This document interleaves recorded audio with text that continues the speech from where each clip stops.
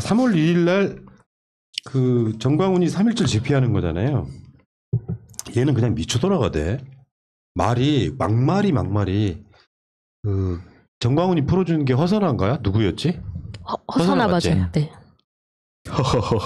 근데 우리가 비분관계할 필요 없습니다. 지금부터 하는 말들이 하도 막 내가 대통령 하면 문재인보다 잘하겠다 이런 소리는 정광훈이 유명해지고 화제가 될수록 우리한테 불리할 게 없어요. 그 정광훈한 이야기를 우리가 일부러 꺼내주는 거야.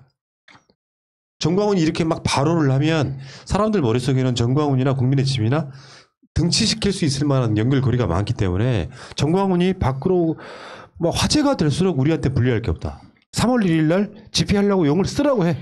차라리. 일단 못하게 만드는 건 중요하지만 집회하겠다고 난리치고 이러는 거 나쁘지 않습니다. 집회 못하게 막기만 하면 돼요.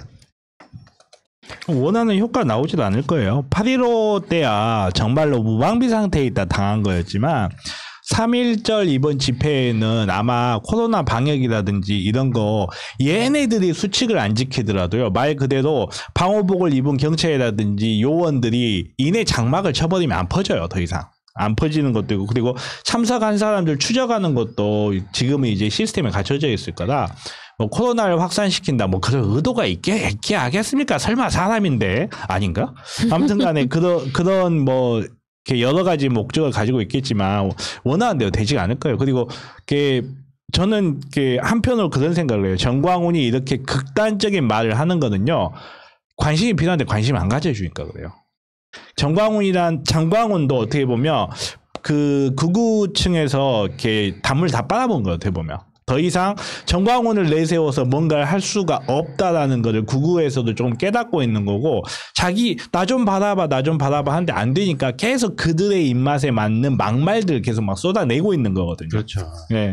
근데 그렇죠. 이게 올라오면 올라올수록 우리가 정광훈 하면 생각나는 인물들이 쫙 있잖아요. 김문수 있고 황교안 있고. 전 누구나 말하지는 않았습니다. 그러니까 이분이 3.1절 날에 나이가 뭐냐면 항상 하는 이쪽에서 패거리 하는 말이 있어요. 우리나라의 건국은 8.15에 48년이 나오는 건데 3.1절 날 왜 3.1절을 인정하는 거예요. 이 사람들도 어떻게 보면요.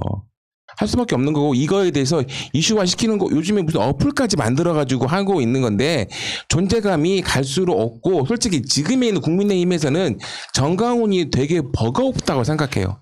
대선이나 필요할 때도 이게 플러스 요인보다 마이너스 요인이 많이 되거든요. 부정적인 일부의 60대, 70대에 있는 어르신들만 옹호하지 나머지 40대, 50대, 30대는요. 절대 이 목사의 선동에 넘어가지도 않고 오히려 기독교에 있는 포교나 전도죠. 거기에 저해가 되는 목사입니다. 네. 그러니까 정광훈을 이제는 우리가 스트레스 대상으로 보지 말고요. 귀여운 장난감? 그닥 귀엽진 않은데 어떻게 봐도 아니 외모 지상주의자에서 난 귀엽던데 왜냐면은 저는 외모 공중주의자입니다. 세상에 있잖아 민주주의라고 하는 게 비용이라는 게 있어요. 그러니까 다 좋은 사람만 있는 게 아니라 정광훈 같은 놈들도 있어야 대한민국 사회가 반면교사를 해. 정광훈이 목소리 높여가지고 막 집회하려고 지랄하고 막 막말하면 할수록 도움이 우리한테 된다니까요. 그러니까 지금은 얼마나 프리티하겠어요. 러브 젤교회 프리티 목사님.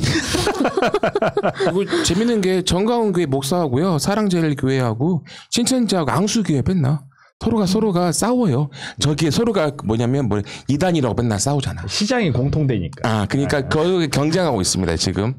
그 8.15 집회 이후에 서울시에서 정광훈이랑 그 사랑제일교회 150억 구상권 청구 소송했었고 건강보험공단에서 5억 6천 구상권 청구 소송을 했는데 이거에 대한 결과가 좀 빨리 나왔으면 좋겠어요. 예. 자, 뭐 거기다가 그냥 완전 막말 막 예를 들면 위안부 관련한 말도 이런 거 있잖아. 어느 나라 군대든지 군대가 가는 곳은 여자가 따라가게 돼 있다. 그냥 얘는 막 이런 거 있잖아요. 민주 세력이 하는 아젠다는 무조건 반대라서 그런 거예요. 뭐 친일파라서라기보다는 야 위안부 그거 일본에서는 뭐 예를 들면 주장하는 게 있잖아요. 자발적으로 하는 행위다. 강제로 끌려갔다. 이 논쟁이잖아요. 열심히 이렇게 해주면 국민들 입장에서 국민 전체의 아젠다 찬반으로 보면 압도적으로 우리 국민들 다수는 국민의 짐을 찍더라도 여기 찬성하지 않는 발언을 하잖아. 그러니까 소수로 계속 쪼그라들면서도 하는 이유. 간단히 말하면 돈벌이 되면 그렇습니다. 대한민국 사회 1%면 대한민국 사회 1%가 50만 명이죠. 1%면 50만 명만 자기를 추동해도 돈벌이는 충분히 되거든요. 이런 짓까지 하고 있는 거예요. 여기 속아 넘어가는 사람들이 있다고 해는 그건 말도 안 되는 거고 동네에 그 제가 가끔씩 지금은 안 가는 곳인데 커피숍을 엄마 아버지가 자기 아들 때문에 커피숍 하나 열어둔 거야. 그래갖고 항상 엄마 아버지가 그 커피숍에 와 있어. 자기 며느리하고 아들 감시해. 근데 그 할머니가 늘상 하는 게 극우 집회, 태극기 부대 이 집회 유튜브로 보는 거예요. 근데 그런 분들이 많냐고. 동네 젊은 사람들이 혀를 끌끌 차고 간다고. 엄마 나도 카페 하나만. 아니 카페를 엄마가 차려달라는 거지. 지금? 근데 심지어 이 정광훈이라는 자가 본인이 목사 아닙니까? 목사. 근데 성경에 나온 여자는 모두 다 창녀다. 이런 발언까지 했다고 하더라고요. 이게 가다가 이제는 성경에 나온 사람들까지 모독해버리는 이런 지경에 이르는 게 좀 어떻게 보면 이렇게 문재인 케어가 좀 더 적극적으로 활성화돼서 좀 우리 사회의 정신 건강에도 좀 이제는 신경 쓸 때가 됐다. 예. 이제 국가와 사회가 나서야 된다. 이런 생각을 좀 많이 했습니다. 문재인 케어가 더 확대돼서 미친 듯 안 미친 듯 하면은 무조건 치료해 주는 걸 하나 가자고. 아무튼 우리 프리티 광훈이 이야기였습니다. 여기까지.